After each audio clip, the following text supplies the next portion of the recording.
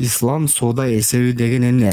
Кыскача айтканда, исламдык соода эсептери активдүү соода жүргүзүүнү каалаган адамдар үчүн түзүлгөн. Ошол эле учурда исламдык каржылоо мыйзамдарынын бардык принциптерин сакташкан. Халал соодасынын негиздери. Биз козгогондо ислам эсептери, ислам каржылоо мыйзамындагы негизги принциптерди эске алуу менен түзүлгөн.